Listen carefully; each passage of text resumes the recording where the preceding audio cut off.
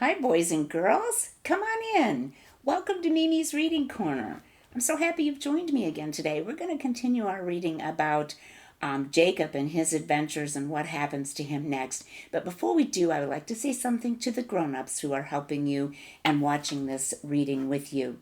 Many of the stories, true stories that we are reading here that come from the Bible are also included in some videos. If you check out this YouTube channel, Bible Study Sing Along with Mimi and Mima, you will find videos that go along a lot with these stories, including the children in our Bible classes, and there'll be some free printable coloring pages that your kids might enjoy doing as they learn.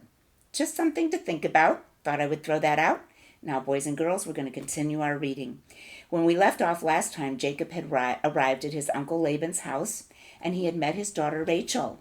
Very beautiful young lady. Well, as we take up today, and this true story is taken from Genesis chapter 29, verse 13, through chapter 31, verse 55. And we find that Jacob was deceived by Laban. A lot of deception going on here in these readings. But let's take up from where we left off last time and see what happens. Well, when Rachel told her father Laban that Jacob had arrived, he hurried out to meet his nephew and to welcome him to his home. He was glad to hear tidings from his sister Rebekah and to speak face to face with her favorite son. At first, he showed much kindness to Jacob.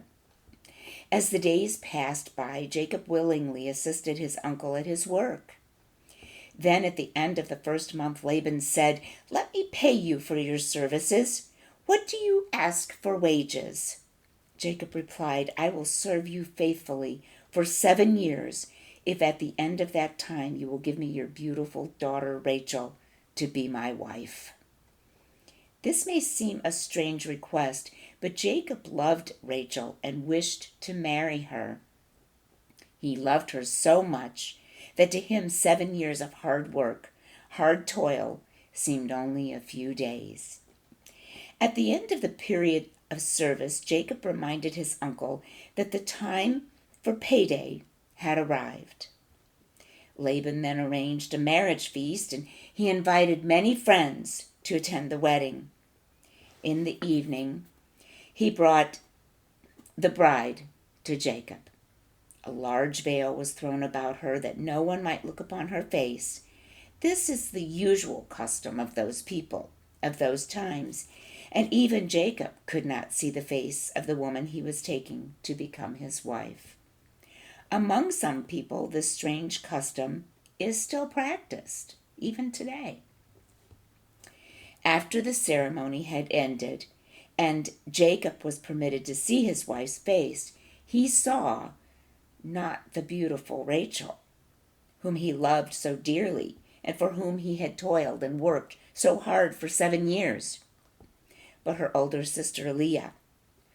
Now Leah did not look beautiful to Jacob, and he had not loved her. He had not wanted to marry her. How unhappy he felt when he realized that his uncle had deceived him.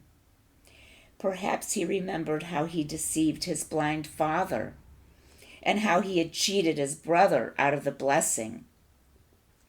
Now he was suffering from the same kind of sins that he himself had committed against others. And now he understood how painful it is to be deceived or cheated. When Jacob demanded an explanation of the deception, Laban said it was not customary in their country to allow the younger daughter to marry first. "If you will serve me for 7 years longer, you may have Rachel also for your wife." Now remember, in the beginning, God said 1 man, 1 woman, 1 husband, 1 wife. Here again, they're going away from God's ways. But let's keep reading. Laban added, "And because you loved Rachel, he decided to remain with his uncle for 7 more years. And we see that those people who did not think it a sinful thing for one man to have several wives, Nowadays, only very wicked men and heathen men allow such customs. As we just mentioned, in the beginning, it wasn't that way with God. Well, we're going to end our reading here, but we're going to take up next time and see what else happens between Jacob and Laban and the daughters Leah and Rachel. So, until I see you again, boys and girls, if you can't read, have someone read to you. Just keep reading.